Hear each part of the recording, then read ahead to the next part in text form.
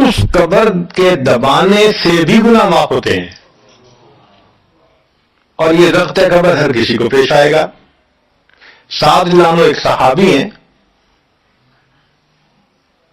نبی اسلام نے ان کا جنازہ پڑھایا اور اللہ کے محبوب صلی اللہ علیہ وسلم پنجوں کے بل چلنے لگے. تو صحابی نے پوچھا، اے اللہ کے حبیب صلی اللہ علیہ وسلم آپ ایسے چل رہے ہیں؟ فرمایا سعد کی نماز جنازہ میں شرکت کے لیے اتنے فرشتے آسمان سے اتر آئے، مجھے پاؤں رکھنے کی جگہ نہیں مل رہی. یہ پھر حدیث پاک میں آتا ہے کہ نبی اسلام نے فرمایا سعد کی وفات پر اللہ کا عرش بھی 3 دن تک روتا رہا. جن کی وفات پہ اللہ کا عرش روئے، اللہ کے فرشتے جنازے میں اتریں، کیسے اللہ کے مقبول بندے ہوں گے؟ پھر نبی اسلام نے فرمایا سعد کو بھی ضرورت قبر پیش آیا. تو اس کا مطلب یہ ہے کہ یہ ضرورت قبر تو پیش آنا ہی ہے، ہر کسی کو آنا ہے، کوئی بھی ہو. اب یہ عجیب سی بات ہے، مگر اس کو سمجھیں کہ کیوں پیش آنا ہے. آپ اگر کسی ریسٹورنٹ پہ جائیں اور جا کے سویٹ ڈش کھائیں یا کباب کھائیں تو بل پے کرنا پڑتا ہے نا. گروسری اسٹور سے جا کے کوئی چیز لائیں، بل پے کرنا پڑتا ہے نا، ہر چیز کا بل ہوتا ہے نا. اس دنیا میں انسان جو مزے لیتا ہے بھلے جائز صحیح، ان کی بھی ایک کاسٹ ہے اور وہ اسے پے کرنی پڑے گی، اور وہ کاسٹ ضرورت قبر سے پے ہوگی.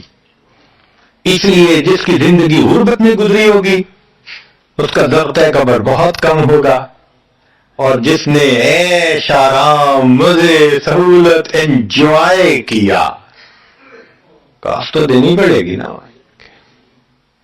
تو ضرورت قبر تو پیش آنا ہے. ہمارے والد صاحب بچپن میں دیکھتا تھا میں کہ بہت اچھا سالن بنا ہوتا تھا نا، تو اکثر وہ گلاس پانی کا اٹھاتے تھے اور ایک گھونٹ پانی ڈال دیتے تھے. مجھے سمجھ نہیں آتی تھی یہ کیا کرتے ہیں. میں اکثر ان سے پوچھتا تھا ابو آپ ایسے کیوں کرتے ہیں، نہیں بتاتے تھے.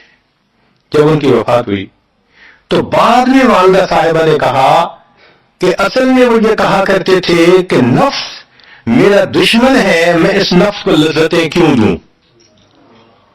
وہ لذیذ کھانے کے اوپر بھی ایک گھونٹ پانی ڈال کے اس کو کم مزے والا بنا لیا کرتے تھے، جائز لذتوں کو بھی کم کر لیتے تھے.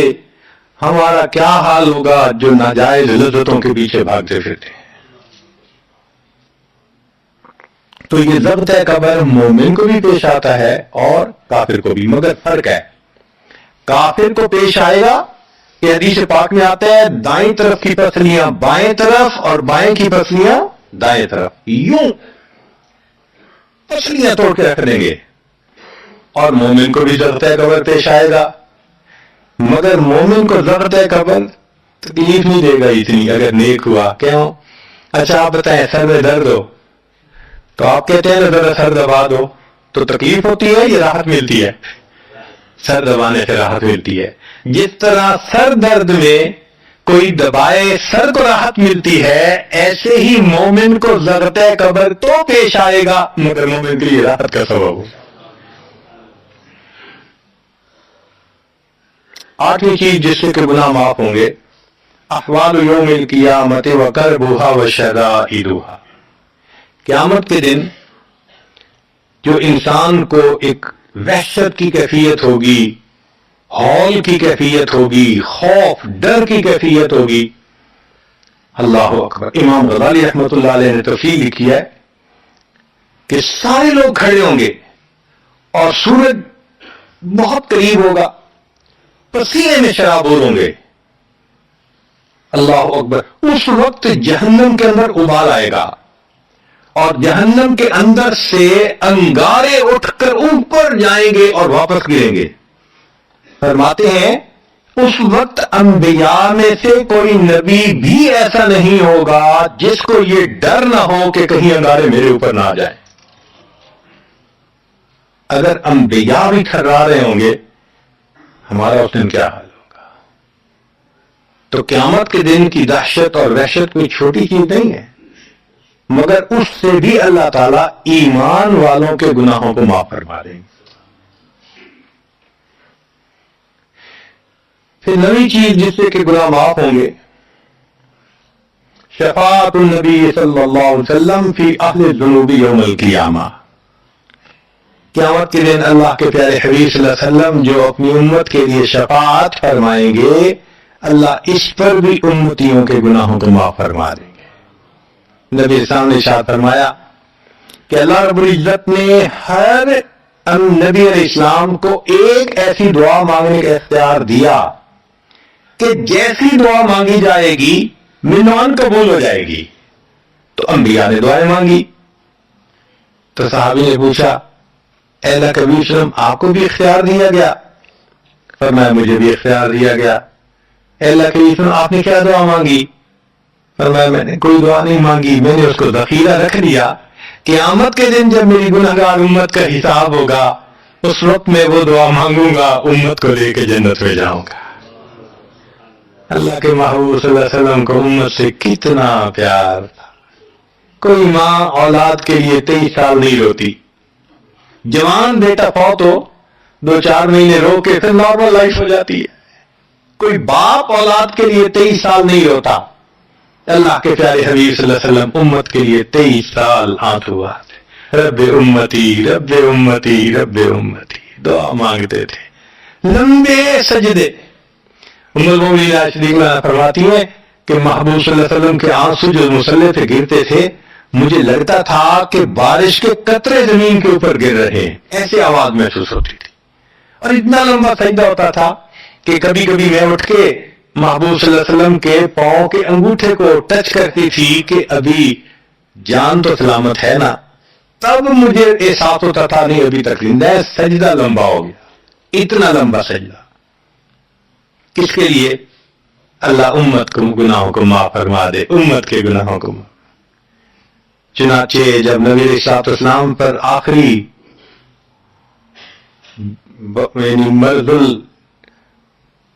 مرض آئی، بیماری کی کیفیت آئی، تو اللہ کے نبی صلی اللہ علیہ وسلم کو بخار بہت تیز ہو گیا تھا، اور جو مسجد میں آخری مرتبہ لائے تھے تو 2 آدمی تھے، ایک ادھر تھا ایک ادھر تھا، اور اللہ کے نبی صلی اللہ علیہ وسلم نے ان کا سہارا لیا تھا اور بہت مشکل سے چل کے تشریف لائے تھے۔ یہ آخری نماز تھی، پھر واپس تشریف لے گئے، بخار اور تیز ہو گیا۔ سیدہ عائشہ رضی اللہ عنہا فرماتی ہیں کہ میں نے اوپر کپڑا سے ڈال دیا، کپڑے کے اوپر سے مجھے گرمی محسوس ہو رہی تھی۔ میں نے پانی کا ایک پیالہ پیش کیا، اللہ کے حبیب صلی اللہ علیہ وسلم پانی کے پیالے میں ہاتھ مبارک ڈالتے تھے اور اپنے چہرے پہ لے رہے تھے، اور جسم تھا کہ جیسے کوئی گرم چیز میں سے گرمی نکل رہی ہوتی ہے، اس طرح وہ بخار سے دہک رہا تھا۔ فرماتی ہیں کہ مجھے محسوس ہوا کہ یہ تو بہت تیز بخار ہے، کبھی ایسا نہیں دیکھا۔ تو میں نے پوچھا اے اللہ کے حبیب صلی اللہ علیہ وسلم بخار ایسا تو کبھی نہیں دیکھا، اتنا زیادہ تیز اتنا زیادہ تیز؟ نبی اسلام نے فرمایا عائشہ، مومن کو سکرات موت کے وقت جو تکلیف ہوتی ہے اس پر بھی اس کے گناہ معاف ہوتے ہیں۔ میں نے اللہ سے یہ دعا مانگی تھی، اللہ جب میری سکرات کا وقت آئے تو مجھے تکلیف زیادہ دے دینا، اور اس کے بدلے اللہ میری امت کے گناہوں کو معاف فرما دینا۔ عائشہ یہ وہ سکرات ہے جس کی وجہ سے مجھے تکلیف بہت ہے، اللہ کے محبوب صلی اللہ علیہ وسلم کو اتنی تکلیف ہو رہی تھی۔ اتنے میں اطلاع ملی، دروازہ کھٹکھٹایا گیا، پوچھا کون؟ جواب ملا جبریل علیہ السلام اور اسرائیل علیہ السلام اجازت مانگتے ہیں آنے کی۔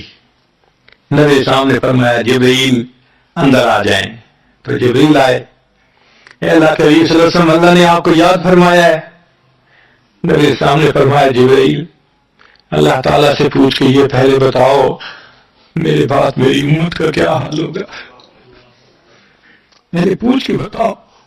جبریل علیہ السلام نے اللہ تعالیٰ سے پوچھا، رب کریم نے کہا، فرمایا میرے محبوب سے جا کر کہہ دو اے محبوب آپ کے بعد آپ کی امت کو تنہا نہیں چھوڑیں گے۔ جب نبی علیہ السلام کو تسلی ہو گئی، محبوب نے فرمایا اچھا ملک الموت کو بھی باندھنا۔ اللہ کے محبوب صلی اللہ علیہ وسلم کو امت سے ایسی محبت تھی. اللہ اکبر.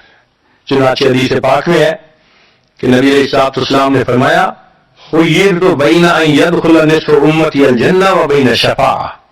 اللہ رب العزت نے مجھے چوائس دیا، اختیار دیا کہ اے میرے حبیب صلی اللہ علیہ وسلم آپ چاہیں تو آپ کی آدھی امت کو بلا حساب جنت بھیج دیں گے، اور آپ چاہیں تو جن کی آپ شفاعت کریں ان کو بھیجیں گے. نبی اسلام فرماتے ہیں فاخترت شفاعہ، میں نے شفاعت کو چن لیا، لأنہا اعم و اکثر، اس لیے کہ میری شفاعت پر آدھی سے زیادہ امت کے لوگ جنت میں چلے جائیں گے. اللہ اکبر. پوچھنے والے نے پوچھا اے اللہ کے حبیب صلی اللہ علیہ وسلم اترونہا للمتقین، کیا آپ کی شفاعت نیکوں کے لیے ہوگی؟ فرمایا لا ولکنہا للمذنبین الخطائین المتلوثین، نہیں، میری شفاعت میرے امت کے گناہگاروں کے لیے ہوگی. اللہ کے حبیب صلی اللہ علیہ وسلم کی شفاعت کا نصیب ہو جانا یہ بھی گناہوں کی بخشش کا سبب ہے. مگر شفاعت کس کو نصیب ہوگی اس کی بھی تفصیل سن لیجئے. کچھ لوگ ہوتے ہیں سنت کو دیکھتے ہیں ان کا دل خوش ہو جاتا ہے، وہ سنت رکھنے والے کو انکریج کرتے ہیں، اس کو مورل سپورٹ دیتے ہیں، نہیں تم نے اچھا کیا. اور کچھ وہ ہوتے ہیں کہ جو دیکھتے ہیں چہرے پہ سنت ہے، جی کیا ملا بن گئے، کیا تم نے چہرے پہ کر لیا. علماء نے لکھا جس نے سنت کو دیکھ کر ناگواری کا اظہار کیا اس نے اپنے آپ کو شفاعت سے محروم کر لیا. یہ نہیں ہے کہ ہم سنت کا مذاق بناتے پھریں اور ہمیں شفاعت نصیب ہوگی، نہیں. احترام ہو دل میں سنت کا. نبی علیہ الصلوۃ والسلام کی ایک ایک سنت پہ قربان ہو انسان. جب یوں محبت ہوگی تو پھر نبی علیہ الصلوۃ والسلام کی شفاعت بھی ان کے لیے ہوگی. 10واں سبب جس سے کہ گناہ معاف ہوں گے، رحمت اللہ وعفوہ ومغفرتہ بلا سبب من العباد. قیامت کے دن انبیاء کرام شفاعت کریں گے، بخشش ہوگی، پھر علماء کریں گے، شہداء کریں گے، پھر سب جنتی شفاعت کریں گے، حتیٰ کہ کوئی ایسا نہیں رہے گا کہ جو کسی اور کی شفاعت کرے. اور وہ لوگ جہنم میں ہوں گے کہ جن کا کوئی جنتی واقع بھی نہیں ہوگا. اللہ اکبر. سالوں وہ جہنم میں جلتے رہیں گے، جلتے رہیں گے. پھر ایک وقت آئے گا کہ ان میں سے جن کے دل میں تھوڑا سا بھی ایمان ہوگا نا، اگرچہ اس کی شفاعت کرنے والا کوئی نہیں ہوگا، ان کو بھی اللہ بخشنے کا سبب بنائیں گے. وہ کیسا ہوگا؟ حدیث پاک میں آتا ہے کہ یہ جو ایمان والے ہوں گے نا، ان کے اور کافروں اور مشرکین کے درمیان جو دیوار تھی نا آگ کی، اس کو ذرا ٹرانسپیرنٹ اللہ بنائیں گے. تو مشرکین دیکھیں گے اور کہیں گے ہم تو جل ہی رہے تھے، اور تم تو کلمہ پڑھتے تھے، تم بھی یہاں جل رہے ہو. تو وہ جب ان کو کلمے کا تانا دیں گے کہ تمہارا نام تو مسلمانوں والا تھا نا، تو اس وقت وہ جہنمی اللہ سے فریاد کریں گے، اللہ تیری توحید کا تانا دیتے ہیں، کہا گیا تمہارا خدا، تم بھی ہمارے ساتھ جل رہے ہو. جب وہ فریاد کریں گے اللہ تعالیٰ جبرائیل علیہ السلام کو فرمائیں گے جبرائیل جاؤ، جس کے دل میں ذرہ برابر بھی تمہیں ایمان نظر آتا ہے اس کو بھی جہنم سے نکال دو، ان کو بھی جہنم سے نکال دیا جائے. پھر اس کے بعد وہ بچیں گے کہ جن کا ذرہ ایمان بھی نہیں فرشتے کو نظر آئے گا، مگر اللہ فرمائیں گے انبیاء نے بھی شفاعت کر لی، شہداء نے بھی، علماء نے بھی، جنتیوں نے بھی. اب میں اپنی رحمت کا اظہار کرتا ہوں، میں بھی تو بندوں سے محبت کرتا ہوں. حدیث پاک میں ہے ثلاثہ حشیاتن، یوں کر کے اگر گندم ہونا اور انسان دونوں ہاتھوں کو ایسے کرے تو اس کو لپ کہتے ہیں، لپ بھرنا. تو اس میں ہزاروں چاول کے دانے آ سکتے ہیں، سوچئے اللہ رب العزت لپ بھریں گے تو وہ کتنی بڑی ہوگی؟ کھربوں لوگ ہوں گے، ایک لپ کو بھر کے نکالا جائے گا، پھر دوسری کو نکالا جائے گا، پھر تیسری لپ بھر کے نکالیں گے، پھر ایک حوض ہوگا، کہا جائے گا جہنمی کو اغتسل فی ھذا الغدیر، اس حوض کے اندر تم جاؤ غسل کرو۔ جب وہ غسل کریں گے بالکل ان کے جسم صحیح سلامت ہو جائیں گے، پھر اللہ تعالیٰ ان کو جنت عطا فرمائیں گے، مگر ان کے ماتھے پر لکھا ہوا ہوگا اتقاء الرحمن، کہ رحمان نے اپنی رحمت سے ان کو رعایتی پاس کر دیا، وہ جنت میں جائیں گے۔ اب جو جنت میں جائیں گے تو جنتی لوگ ان کے ساتھ ملیں گے، خوش ہوں گے، مگر کہیں کہیں کوئی ان کو کہے گا ہم تو اللہ کے فضل سے سیدھا آ گئے، تم تو آیا فلاں جگہ سے آئے ہو نا، رعایتی پاس ہو۔ اب جب ان کو رعایتی پاس کا تانا ملے گا تو ان کو عجیب لگے گا، پھر ایک وقت آئے گا کہ یہ سب اتقاء الرحمن اللہ کے سامنے فریاد کریں گے، اللہ آپ نے اپنی رحمت سے جہنم سے نکال دیا، جنت بھیج دیا، یہ جو مہر ایک لگا دی یہ بھی تو اتار دیجیے نا۔ تو اللہ تعالیٰ ان کی مہر کو ختم فرمائیں گے اور یہ جنت میں رہنے لگ جائیں گے۔ امام غزالی رحمۃ اللہ علیہ اس واقعے کو نقل کرنے کے بعد لکھتے ہیں میرا کوئی عمل ایسا تو نہیں کہ میں امید کروں کہ میں جنت چلا جاؤں گا، کاش اللہ مجھے ان اتقاء الرحمن میں شامل فرما لیتے، کاش کہ اللہ تعالیٰ مجھے ان اتقاء الرحمن میں شامل فرما لیتے۔ بے گناہوں میں چلا زاہد جو اس کو دیکھنے، مغفرت بولی ادھر آ میں گنہگاروں میں ہوں، وہ کرشمے شان رحمت نے دکھائے روز حشر، چیخ اٹھا ہر بے گناہ میں بھی گنہگاروں میں ہوں۔ اللہ اکبر۔ حضرت قاری طیب صاحب رحمۃ اللہ علیہ ایک کتاب میں لکھتے ہیں اتنا اللہ کی رحمت کا ظہور ہوگا، اتنا ظہور ہوگا اس دن، ایک ایسا وقت آئے گا کہ شیطان بھی سر اٹھا کر دیکھے گا، اسے بھی امید لگے گی شاید میری بھی مغفرت کر دی جائے۔ وَكَانَ بِالْمُؤْمِنِينَ رَحِيمًا۔ اللہ تعالیٰ قیامت کے دن اپنی رحمت کا اظہار فرمائے۔ اللہ کرے قیامت کے دن اللہ کی رحمت سے ہمارا کام بن جائے۔ اللہ تعالیٰ ہمیں اپنے گناہوں سے سچی توبہ کرنے کی توفیق عطا فرمائے، اور اللہ تعالیٰ ہمیں اپنے بخشش کیے ہوئے گنہگار بندوں کی قطار میں قیامت کے دن شامل فرمائے۔ وآخر دعوانا ان الحمد للہ رب العالمین۔